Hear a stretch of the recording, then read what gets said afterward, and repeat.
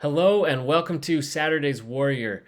Conference expansion is the gift that just keeps on giving because here we are just a couple weeks away from the season beginning and we're still talking about it as the Pac-4 is hanging on by a thread as they try to figure out a landing spot for them for the next season.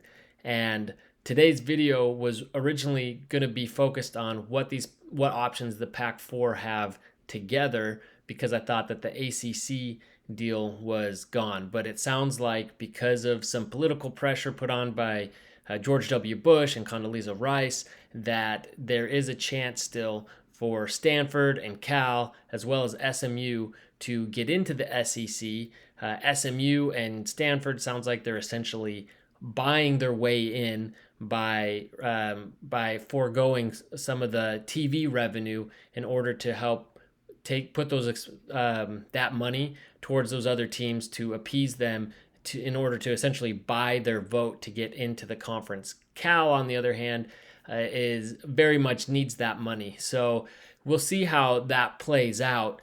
But before we do, before we talk about that, please be sure to like the video and subscribe to the channel. We recently broke the 500 threshold, which was a big benchmark for us, and we want to keep this thing going. Eventually, at some point, get to 1,000. So help us there and help us with the algorithm. But so now, and I still do. I still want to look at what options, if the ACC falls through, what options the remaining Pac-4 have to solidify the Pac-12 conference and to move forward. But we do have to address this ACC thing. So let's look at it. All right, so here's our lowly Pac-4. And if Stanford and Cal get their way, this is what the conference is going to look like. They are going to have a heck of a lot of traveling ahead of them. But, I mean, it still seems like it may be their best option on the table, considering the money is going to be drastically higher than what it would be going to one of the G5 conferences. Even in Stanford, they may forego their money anyway, but they're with other, it's academically, the ACC is great. They've got a lot of very prestigious universities. The competition, there's still some good brands there and that field competitive team. So I don't know how it will work out logistically, but for me, what's more interesting is that Notre Dame wants them in the ACC, which means that they are, if they had plans to go to the Big Ten or were kind of keeping that in their back pocket, I would think that they would want them out of the ACC to try to get Stanford eventually into the Big Ten with them to bring in another one of their rivals, which is what I thought would have been the Big Ten strategy all along. Keep bringing in USC, Stanford instead of Oregon, and other, perhaps Miami down the road, other Notre Dame rivals, to the point where all of their rivals are in a single conference. It just wouldn't make sense for them not to be in the Big Ten anymore. But it sounds like Notre Dame is working really hard to try to get one of their rivals in conference with them. And what I think is interesting is that Stanford feels like this is a better option than getting locked up in the ACC grant of rights instead of banking on the Big Ten calling in a few years. So that's very interesting to show where their mindset is at right now.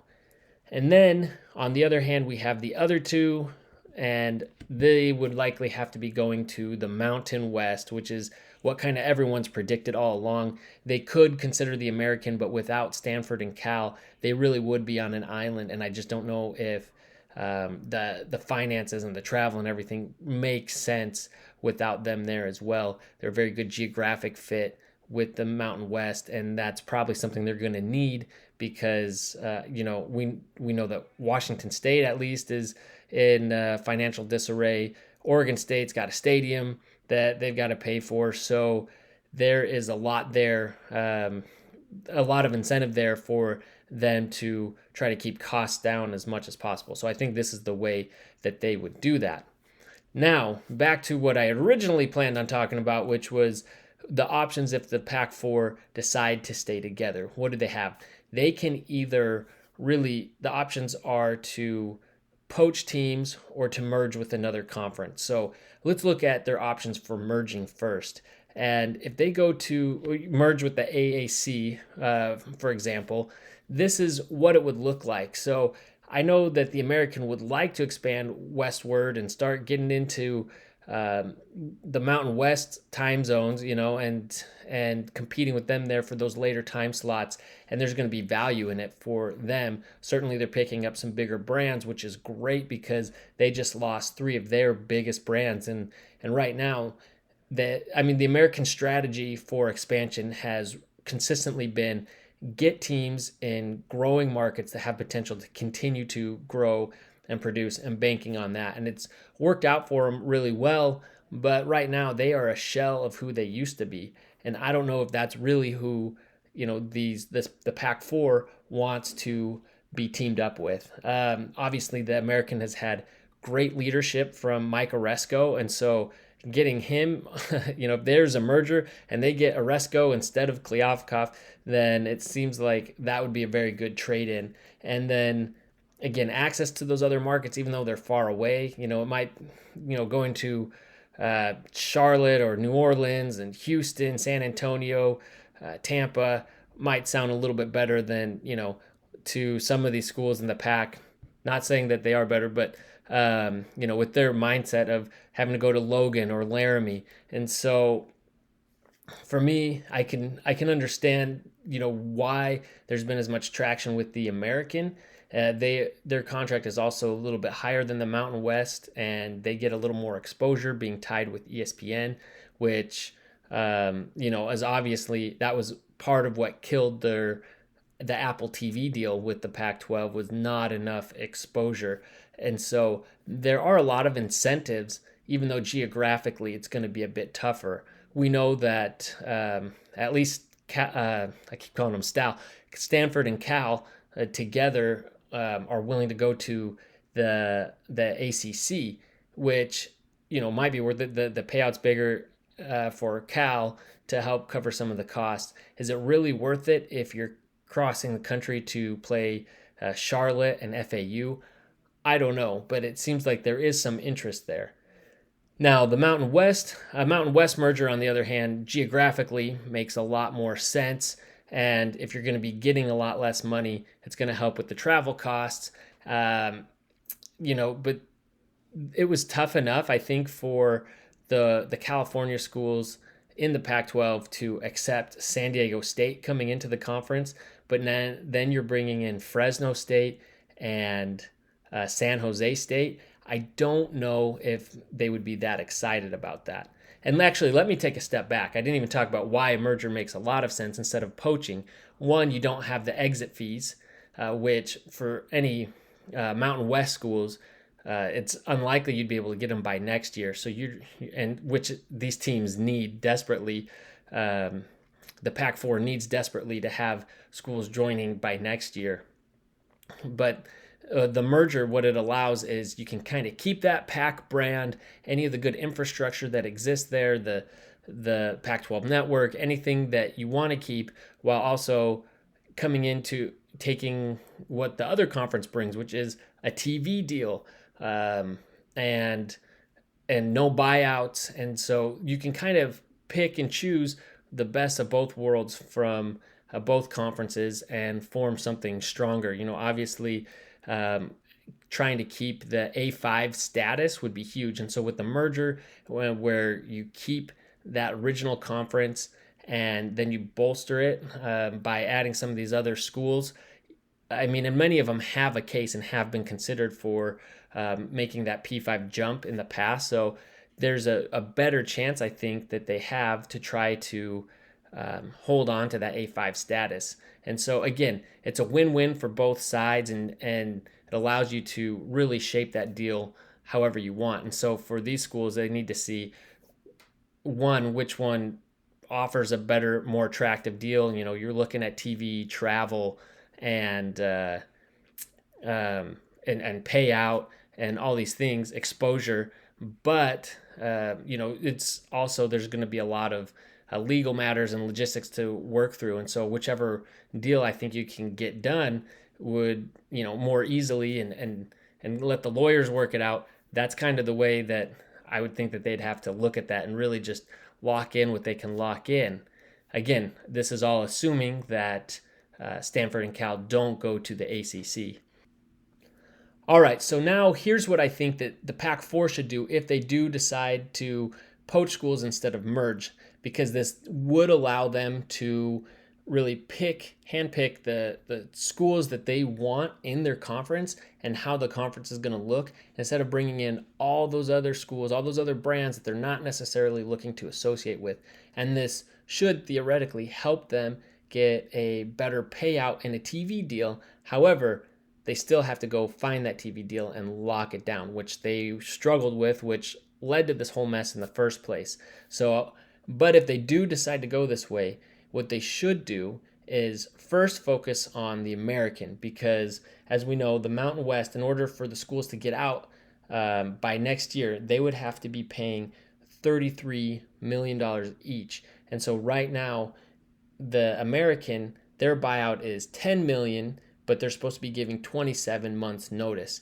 And while that is a lot longer than less than a year that they need to have these schools join their conference, they can work out some sort of buyout. The precedent set by the other schools that left for the Big 12 was 18 million, but they also stayed for a little bit longer. So who knows, maybe that number comes up a little bit, but that's still a lot less than what the Mountain West schools are paying. And I know there's the rumored schools of SMU, Rice, Tulane, and USF, but I would also go grab Memphis. They bring that name brand with them, and so I would go grab them, and that gives you 5. So that gives you a total of 9 schools in your conference for next year. And we know, and I think you'd be able to make this work. I mean, SMU is willing to forego, I think it was 5 years of media revenue payout from the ACC to get in. So if that doesn't happen, they should be okay with this buyout and maybe even helping their other friends buy out. Maybe Stanford also contributes to that, whatever they have to do to buy them out and get them in. And then that gives you 9 teams in the conference, which means you can play an 8 game in conference schedule, and then you just have to go figure out how to fill out the rest of those games for next year. And then the year after, now the schools in the Mountain West would be able to come and join, not in 2024, but in 2025 at this point, and pay a much smaller buyout in comparison to where they're at now. In fact, it might even be less than what these schools are able to negotiate out in order to join in 2024. So you'd start out the first year with 9 schools and then go add these schools from the Mountain West. I would add San Diego State, obviously, and then Boise State bringing that brand with them, and then Colorado State getting back into Colorado, and also brings, they're not maybe the biggest brand or the best athletics or academics, but they're solid in all of those. And so I think, and in a great location. So I think that makes a lot of sense. And now and they're kind of in the middle. They kind of bridge the gap between these two sides. And this would put the conference at 12 schools, and they could stay there if they wanted. Or if they wanted to go a little bit bigger, they could do that as well. And if they do, some other brands that I would look at is UNLV, UTSA, ECU, and UAB even. So now this gives them 2 pretty clear divisions if you look at the way they're divided geographically, and would allow them to kind of pick the best of the best. And I think that this conference with these brands and these markets would actually be able to get a pretty decent payout. It's not going to be what the Pac was offered before, but it'll certainly be an upgrade for these G5 schools moving up. And I think that this might be maybe their best chance at holding on to that A5 status, which they would start with, and we'd see if they'd be able to keep that going forward. Now, I realize by the time this video is even posted, everything could have changed, and maybe this whole thing is irrelevant, but let me know in the comments 2 things. Let me know, 1, what you think, how you think this is actually going to play out, where you think the Pac-4 schools are going to end up, and if they even are able to save the Pac-12 conference. And if they are able to save the Pac, which route do you think they should go? Do you think they should go merger, and who they should merge with? Or if they should poach, and then which schools you think that they should poach and is going to make them the strongest going forward? Let me know all of that in the comments. Please, again, don't forget to like the video and subscribe, and we'll see you next time.